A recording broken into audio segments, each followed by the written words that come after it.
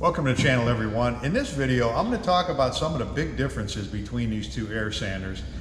Now, the last video I had on these two just compared the time it took to get Bondo into 36 grit and then from 36 to 80. And this here, I'm going to show some of the techniques in both of these, show you how to avoid a few problems with both of these. So right off the bat, we're going to look at this Inline air sander here. And this has a travel of about 1.25 inches, roughly. And the shoe on this thing measures 16 inches, 3 inches wide. One of the things you have to watch out for when using a sander like this, being you only got 3 inches wide, you don't want to go up and down too much this way, just straight up and down, because it can actually start putting ridges in it that way. These panels aren't perfectly flat, as you can see with the straight edge. This way, they're pretty good, but top to bottom, it's got a crown to it.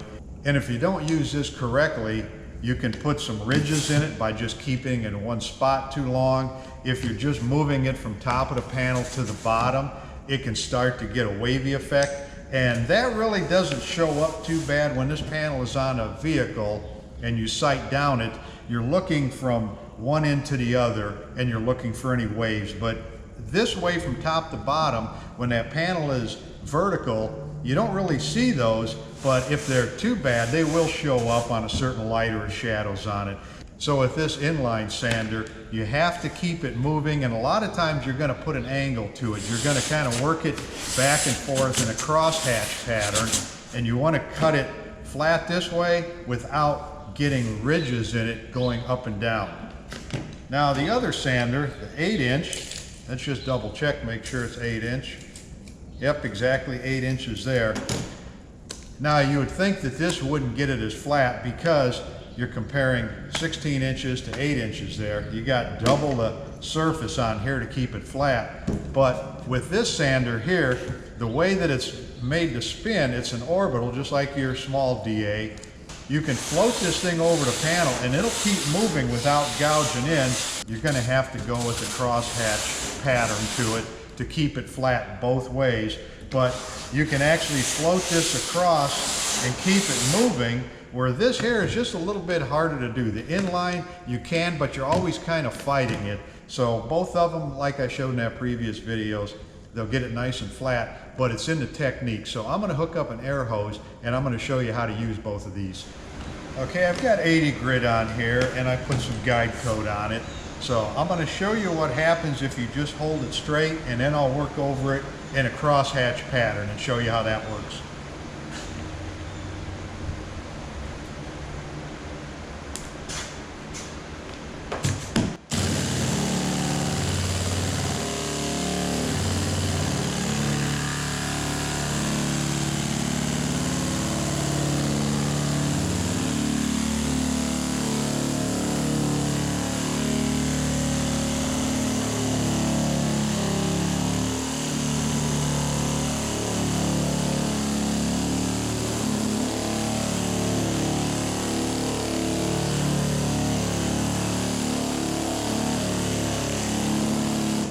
Okay, put a little more guide coat right over that.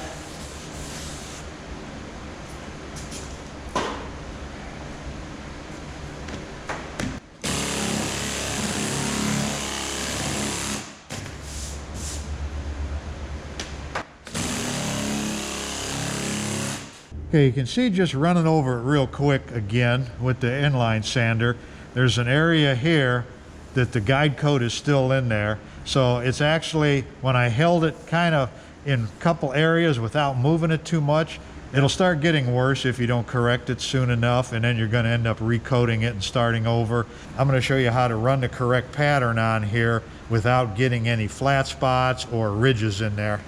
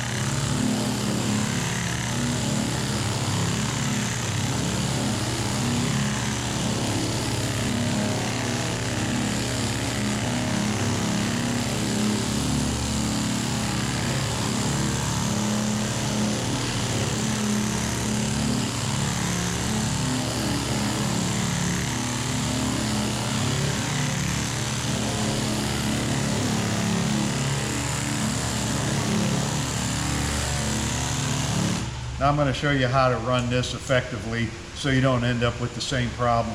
Being that this panel has a crown to it this way, you only have a little bit of surface contact in there. So you have to keep this moving the same way as the inline too to avoid getting any flat spots, any ridges. I'm going to put some guide coat on here and then we'll run this one over it.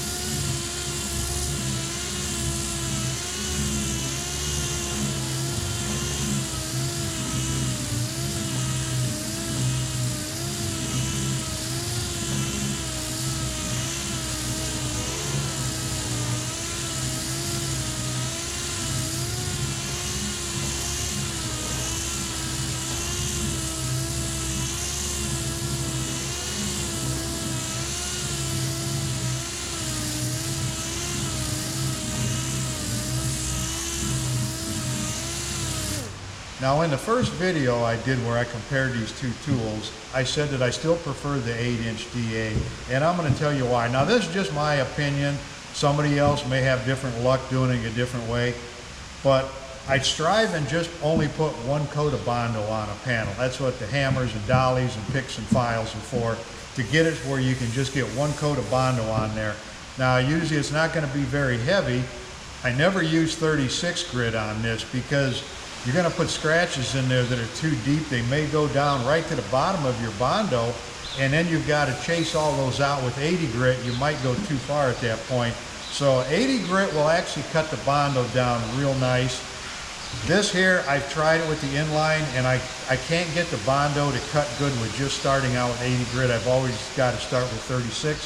So right there, I can save myself a step where I'm not worrying about trying to get all the sand scratches out. And that's the biggest reason I prefer this. You know, somebody else may have a different opinion, different technique, but after all these years I've been doing body work, that's what works for me. So anyway, those are the two techniques you need to work on if you're unfamiliar with both of these tools. And it's like any other tool you're using, it's going to take a little time, a little practice, and you get better every time you do it. So I hope this cleared up a couple of things on how to use these tools. Maybe help you out if you're having some issues where you can't get stuff flat with it. Try these techniques and see if it helps you out. If you end up with a better finished product, well, then that's what these videos are for. So if you like this video, give me a thumbs up, hit that subscribe button if you haven't already done it, and thanks for watching.